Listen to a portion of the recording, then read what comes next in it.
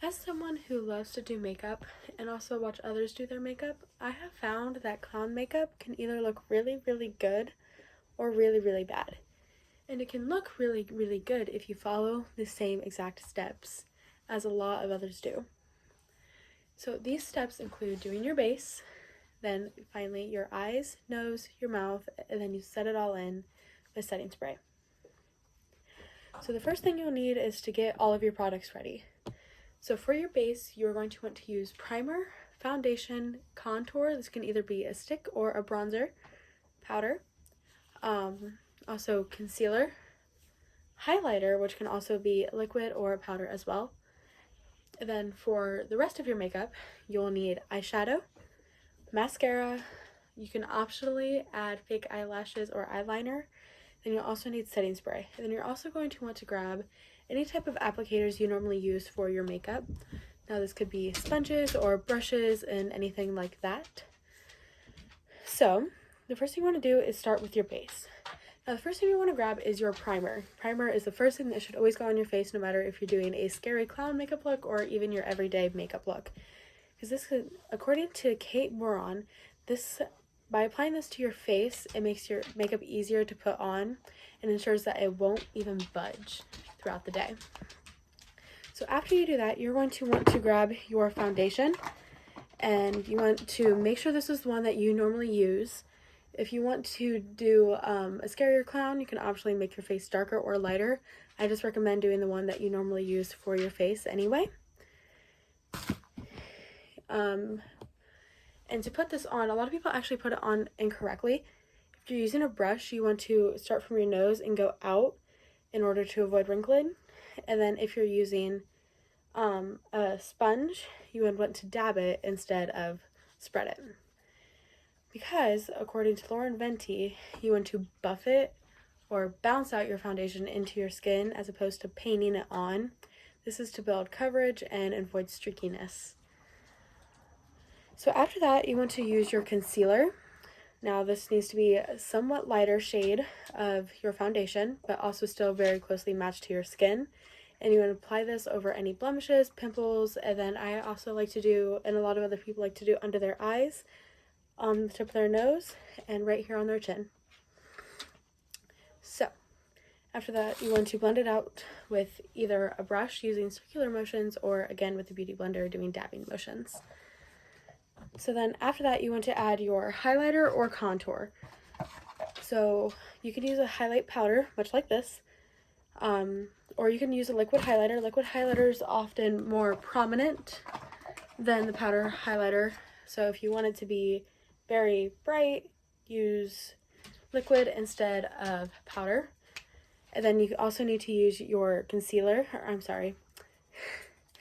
want to use your contour. I prefer using the stick because it is easier to outline whatever you're trying to outline on your face, or you can even use a bronzer like this. And you want to put this underneath your cheekbones, on your jaw, and then down your nose.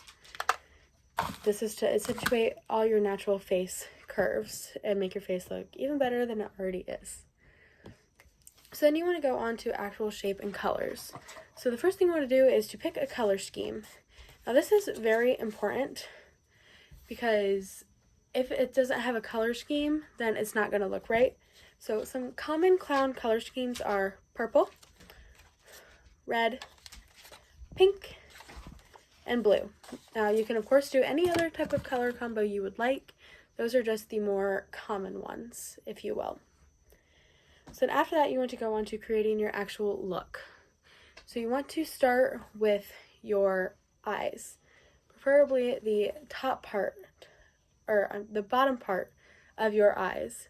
So you would go from the inner corner of your eyes into a triangle shape down to your cheek.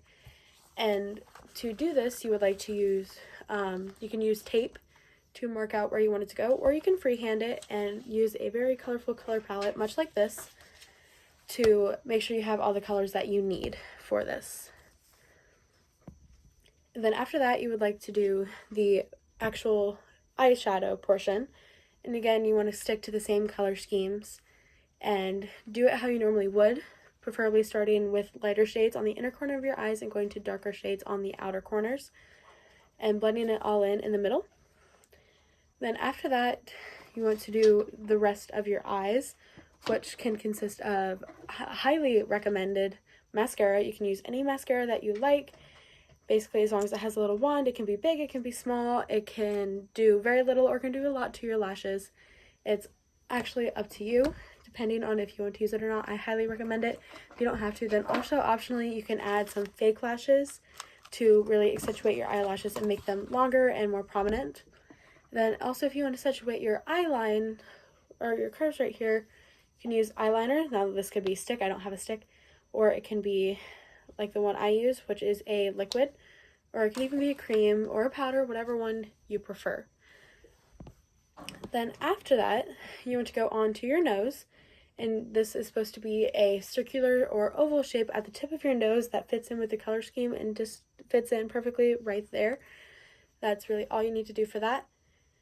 And then you also can finish off with your mouth. So your mouth, you want it to accentuate out into roughly your dimple area, and you want it to go from fat by your lips to a very tight point right at the very end. And you also want it to be a darker shade or even black on the edges and outlines with a lighter shade in the middle. So then after that, you are basically done with your makeup. You can optionally add gems or anything to the points of the triangles or at the ends of your cheek. A lot of times people will put them right here at the end of the triangles underneath the eyes. So then after that, you want to finally do your last step, which is seal it all in with either some powder or setting spray. I recommend using setting spray. It's a lot easier. Now this, according to Maybelline, this is supposed to make your makeup stay in place for an extended period of time, and I do believe that is true. I have used this so many times. So what you want to do is you want to shake the bottle really well, hold it about 10 inches from your face, and do 3 or 4 squirts going in a circular motion. So, all in all, clown makeup can be really, really easy if you follow the proper steps and if you stick to a certain color scheme and the shapes.